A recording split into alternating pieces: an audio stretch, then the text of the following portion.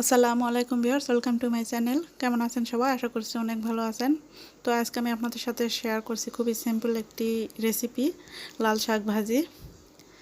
তো রেসিপিটি যদি ভালো লাগে অবশ্যই একটা লাইক দিয়ে আমার চ্যানেলের পাশে থাকবেন, আর যারা নতুন আছেন তারা অবশ্যই আমার চ্যানেলটিকে সাবস্ক্রাইব করে পাশে থাকা বেল আইকনটি প্রেস করে দিবেন। তো লাল শাক ভাজি করার জন্য এখানে আমি লাল শাক নিয়েছি 4 আটি, আর লাল শাকগুলো খুব ভালো করে বেছে নিয়েছি আর ভালো করে ধুয়েও নিয়েছি। এখন পানিটাও ঝরে নিয়েছি, আর লাল শাকটা এতটাই কষি যে আমি ডাঁটাটাও নিয়েছি, শুধু গোড়ার অংশটা বাদ দিয়ে দিয়েছি। এখন চুলে একটা প্যান বসিয়ে এখানে 3 থেকে 4 টেবিল চামচ তেল দিয়েছি, আর 3টা শুকনা মরিচ ভেঙে দিয়েছি, আর 1 টেবিল চামচ দিয়ে দিচ্ছি রসুন কুচি। তো শুকনা মরিচ আর রসুন কুচি 30 সেকেন্ডের মতো ভেজে নিচ্ছি। তারপর এখানে দিয়ে দিচ্ছি 2টা পেঁয়াজ কুচি, আর দিয়ে দিচ্ছি 4-5টা কাঁচা মরিচের ফালি। এখন সব কিছু একসঙ্গে নেড়ে চেড়ে ভেজে নেব, একটু হালকা ব্রাউন কালার আসা পর্যন্ত ভেজে নেব।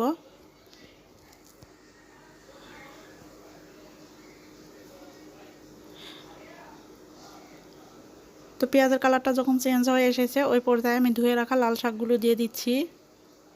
তো প্রথমে কিন্তু লাল শাকগুলো দিয়ে দেওয়ার পরে মনে হবে যে অনেক বেশি, কিন্তু 2 মিনিট রান্না করার পরে কিন্তু অনেকটাই কমে যাবে। এখন উপর দিয়ে একটু লবণ দিয়ে দিচ্ছি পরিমাণ মতো, আমি হাফ চা চামচ লবণ দিয়ে দিয়েছি। তারপর ঢাকনা দিয়ে ঢেকে রান্না করছি 2 মিনিট। 2 মিনিট পর কিন্তু অনেকটাই লাল শাক কমে গেছে, নিচের দিকে চলে গেছে। তো এখন উল্টে পাল্টে দিচ্ছি শাকগুলো, আর শাক থেকে কিন্তু কিছুটা পানি বের হয়ে এসেছে, আর এই পানি দিয়ে শাকটা রান্না করে নেব। তো আর কিন্তু ঢাকনা দিয়ে ঢাকবো না, এভাবে খোলা রেখে আমি শাকটা রান্না করে নেব।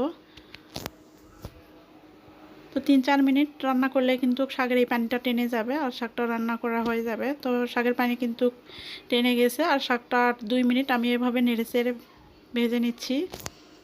আর এই লাল শাক ভাজি করতে কিন্তু খুব বেশি সময় লাগে না, খুবই অল্প সময়ে লাল শাক ভাজি করা যায়, খেতেও কিন্তু খুবই ভালো লাগে গরম ভাতের সঙ্গে। তো লাল শাক ভাজি আমার রান্না করা হয়ে গেছে, এখন এইরকমই নরম নরম অবস্থায় আমি নামিয়ে নিচ্ছি। এই লাল শাক ভাজি কিন্তু কড়া করে ভাজলে বেশি ভালো লাগে না, একটু নরম নরম রাখলেই ভালো লাগে। তো তৈরি হয়ে গেল লাল শাক ভাজি, খুবই সহজে। তো গরম ভাতের সঙ্গে খেতে কিন্তু দারুণ লাগে।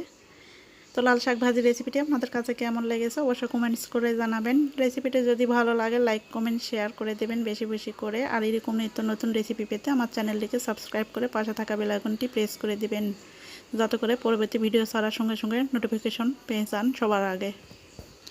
আজকে এখানেই বিদায় নিচ্ছি, সুস্থ থাকবেন, ভালো থাকবেন, আল্লাহ হাফেজ, আসসালামু আলাইকুম।